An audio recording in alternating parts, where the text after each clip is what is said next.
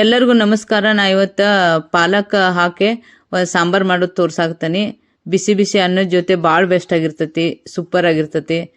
ಈಗ ಇದನ್ನ ಪಾಲಕ್ ಸೊಪ್ಪು ತಗೊಂಡ ಬ್ಯಾಳೆಗೆ ಹಾಕಿ ಸಾಂಬಾರು ಮಾಡೋದು ತೋರ್ಸಾಕ್ತಾನೆ. ಫಸ್ಟ್ ಕ್ಲಾಸ್ ಆಗಿರ್ತೈತ್ರಿ, ನೀವು ಒಂದ್ಸಲ ಮಾಡಿ ನೋಡ್ರಿ.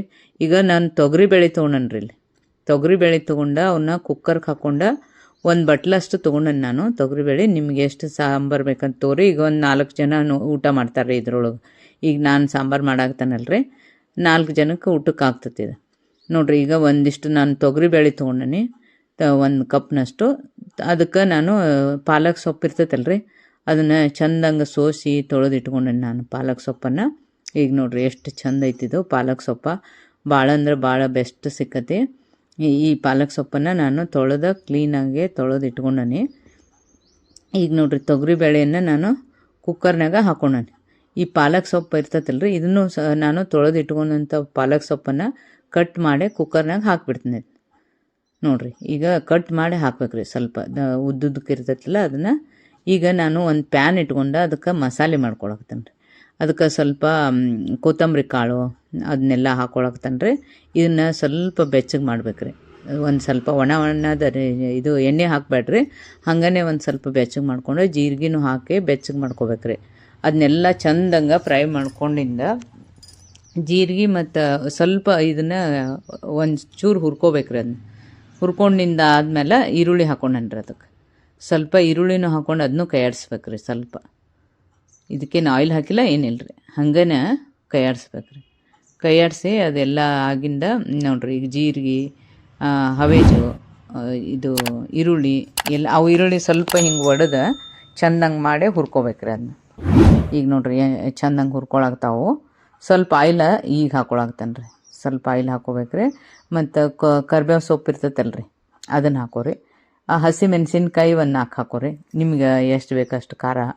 ನಾವು ಇಲ್ಲಿ ಒಂದು 4 ಹಾಕೊಂಡೇನೆ ಅಷ್ಟೇ ನೋಡ್ರಿ. ಇದು ಈರುಳ್ಳಿ ಮತ್ತು ಇದನ್ನು ತೊಗೊಂಡೇನೆ. ಇಲ್ಲೇ ಕೊಬ್ಬರಿ ಹೆಚ್ಚಿಟ್ಕೊಂಡೇನ್ರಿ ನಾನು.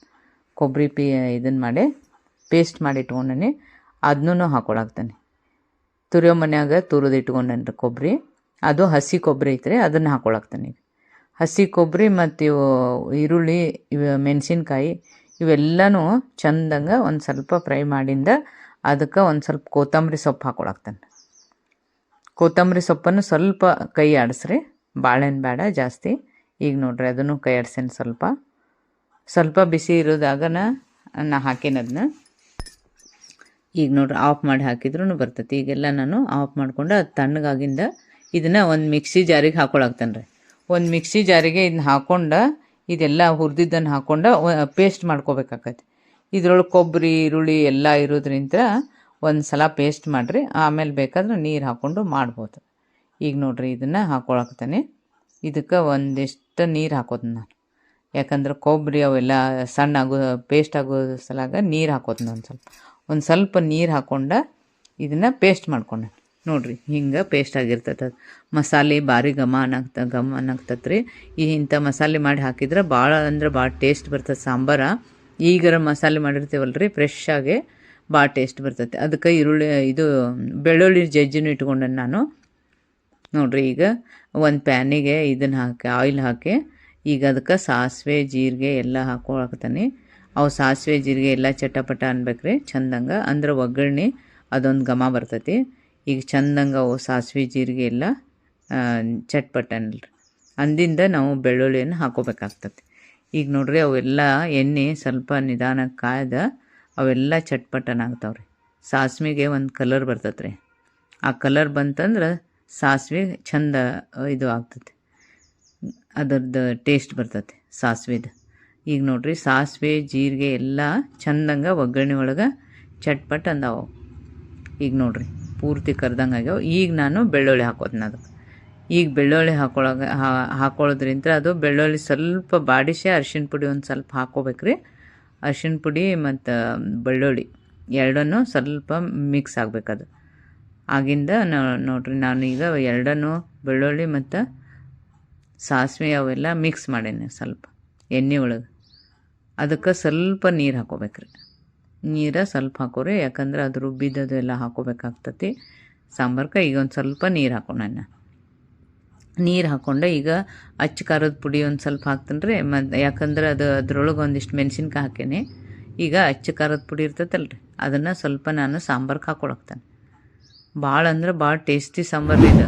ಪಾಲಕದು ಎಲ್ಲ ಇರ್ತೈತಲ್ಲ ರೀ. ಈಗ ನೋಡಿರಿ ಪಾಲಕು ಮತ್ತು ಇದು ಬೇಳೆ ಎರಡೂ ಕುದ್ದಾಗೈತೆ ರೀ.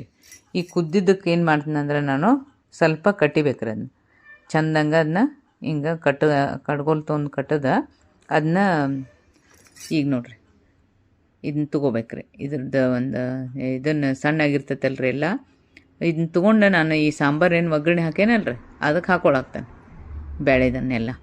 ನಿಮಗೆ ಖಾರ ಉಪ್ಪು ಮತ್ತು ಇನ್ನಷ್ಟು ಬೇಕಾದ್ರೂ ನೀವು ಹಾಕೋಬೋದು. ಇದಕ್ಕೆ ನಾನೀಗ ಮೆಣಸಿನ್ಕಾಯಿನೂ ಹಾಕೇನಂಥೇಳಿ ನೋಡಿ ಹಾಕ್ಬೇಕಂಥೇಳಿ ಇಷ್ಟ ಹಾಕ್ಕೊಂಡೇನ್ರಿ. ಈಗ ನೋಡಿರಿ ಫಸ್ಟ್ ಕ್ಲಾಸ್ ಸಾಂಬಾರು ಆಕತಿ. ಇದನ್ನು ಚಪಾತಿ ಜೊತೆ ರೊಟ್ಟಿ ಜೊತೆ ಎಲ್ಲದ್ರ ಜೊತೆನೂ ತಿನ್ಬೋದು, ಅನ್ನದ ಜೊತೆ ತಿನ್ಬೋದು. ಈಗ ನೋಡಿರಿ ಇದಕ್ಕೆ ನಾನೇನು ಪೇಸ್ಟ್ ಮಾಡ್ಕೊಂಡಿದ್ನಲ್ರಿ ಅದನ್ನ ಕೊಬ್ಬರಿದು ಆ ಪೇಸ್ಟನ್ನು ಇದಕ್ಕೆ ಹಾಕ್ಕೊಳಕ್ತಾನೆ. ಭಾಳ ಅಂದ್ರೆ ಭಾಳ ಮಸ್ತಾಗಿರ್ತೈತೆ ರೀ ಸಾಂಬಾರು. ನೀವು ಇದೇ ಥರ ಮಾಡಿ ನೋಡಿರಿ. ನಮ್ಮ ಸೂಪರ್ ಭೋಜನ ಚಾನಲ್ಲ ಸಬ್ಸ್ಕ್ರೈಬ್ ಆಗ್ರಿ. ಯಾಕಂದ್ರೆ ನೀವೆಲ್ಲ ಸಬ್ಸ್ಕ್ರೈಬ್ ಆಗೋದ್ರಿಂದ ನಮಗೆ ಒಳ್ಳೆ ಪ್ರೋತ್ಸಾಹ ಸಿಗ್ತೈತಿ.